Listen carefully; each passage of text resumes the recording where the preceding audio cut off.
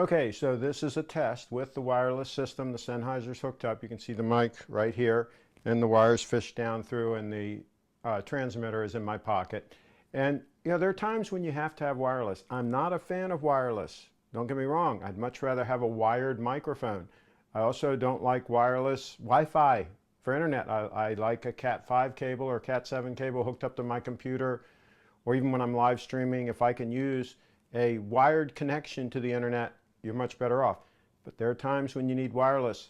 If I want to move like this, and I don't want to get all twisted up when I'm doing videos, for example, with Audrey, and she's describing hoop dance, she needs to be able to move freely, and you need to be able to pick up good audio.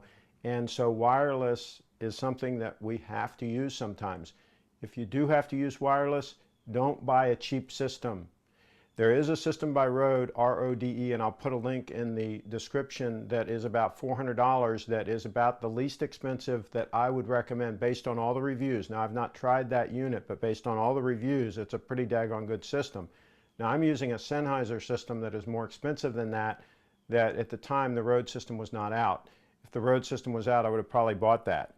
But the Sennheiser system, the only downside to it, and I'll also put a link to my initial review of that, is you have to, when you go to a new location, you have to search frequencies and make sure you get a good clean frequency.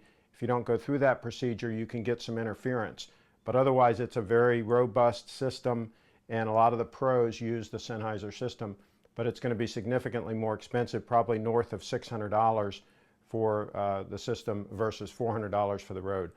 So anyway, if you need wireless, get a good system, and then hook it up to the iPhone like I have here, and I'll put a link to the adapter cable that I use. That's critical. You have to have that adapter cable to get it to work. There are other adapter cables I'm sure that will work, but you do have to have an it's got an attenuator or whatever built into it to make sure the levels are right.